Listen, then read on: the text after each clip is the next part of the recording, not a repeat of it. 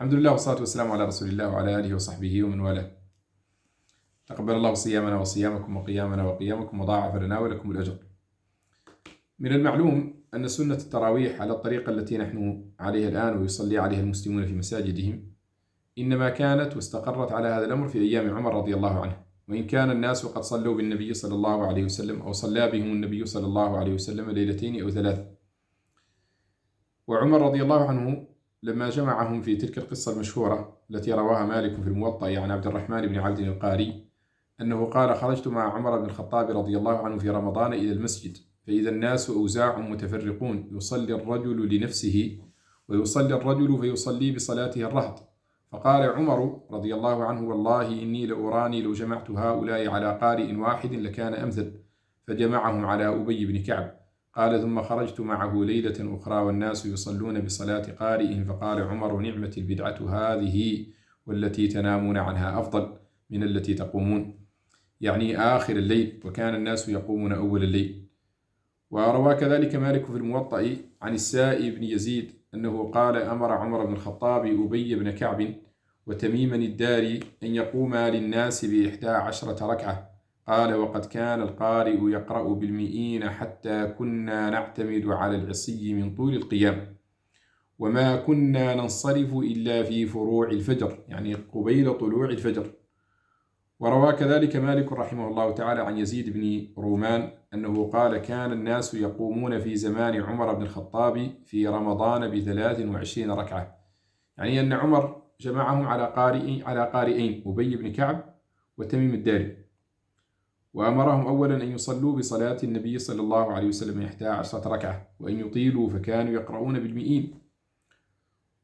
ولما كان ذلك ثقيلا على الناس خففوا في القراءة وزادوا في الصلاة، فكانوا يصلون 20 ركعة في التراويح، ثم يختمون بالشفع والوتر 3 ركعات، فيكون المجموع 23 ركعة. وهنا نطرح السؤال: لماذا اختار عمر رضي الله عنه تميما الداري وأبي بن كعب؟ اختار عمر رضي الله عنه هذين الرجلين من بين الصحابة. في ذلك الوقت كان علي موجود وعثمان وبقية العشرة المبشرين بالجنة، سعد بن أبي وقاص وسعيد بن زيد إلى غيره.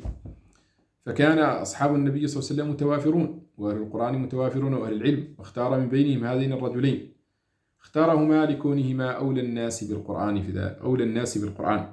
فأما أبي فإنه كان كاتبا، أول من كتب الوحي لرسول الله صلى الله عليه وسلم، كان يكتب الوحي لرسول الله صلى الله عليه وسلم. وقال فيه صلى الله عليه وسلم: أقرأكم أبي، وأقضاكم علي، وأعلمكم بالحلال والحرام معاذ بن جبل، وأفرضكم زيد. فأقرأ الصحابة أبي بشهادة النبي صلى الله عليه وسلم. وكان عمر يسميه من أنه سيد المسلمين رضي الله عنه وأرضاه، وكان من أهل القرآن الكبار، وكان ذا عبادة عظيمة، وإن كان في آخر حياته لما احتاج الناس إليه قدم التعليم، صار يعلمهم القرآن ويعلمهم التفسير. فاختار أبيا لهذه المنقبة، فهو صاحب القرآن، وهو من الذين جمعوا القرآن على عهد رسول الله صلى الله عليه وسلم.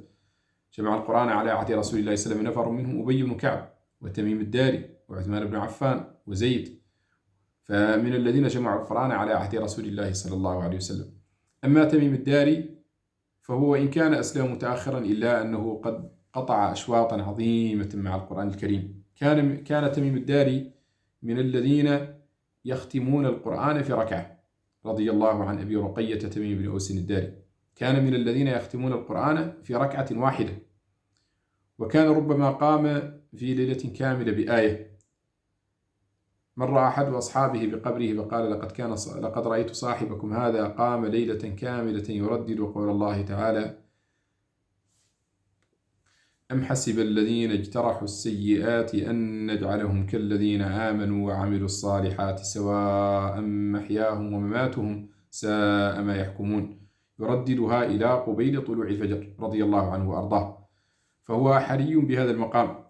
وكان من المواظبين على التهجد والصلاة بالليل طيلة السنة، حتى إنه روي أنه ذات ليلة نام ولم يقم للتهجد، فقام سنة كاملة لم ينم عقابا لنفسه على نومه تلك الليلة التي لم يصلي فيها قيام الليل. وكان من الذين يكثرون من قراءة القرآن ويقرؤونه ابتغاء مرضات الله. مرة سأله أحدهم قال: يا أبي، ما وردك من الليل؟ ما وردك في الليل؟ قال له: لعلك، قال أبي لهذا السائل: لعلك من الذين يقرؤون القرآن بالليل ثم يقولون للناس في الصباح: لقد قرأت كذا وكذا وكذا، ووالله لأن أصلي 3 ركعات أحب إلي من أن أقرأ القرآن كاملا ثم أصبح أحدث الناس به. كان هذا دأبه، ولهذا اختاره عمر رضي الله عنه، واختار معه أبي بن كعب. وأنصح في هذا الزمان أهل القرآن وفي هذا الشهر الكريم أن يقرأوا ترجمتهما، فإنها محفزة ومرغبة في تلاوة كتاب الله العزيز. نسأل الله أن يعينني وإياكم على تلاوته على الوجه الذي يرضيه. والسلام عليكم ورحمة الله وبركاته.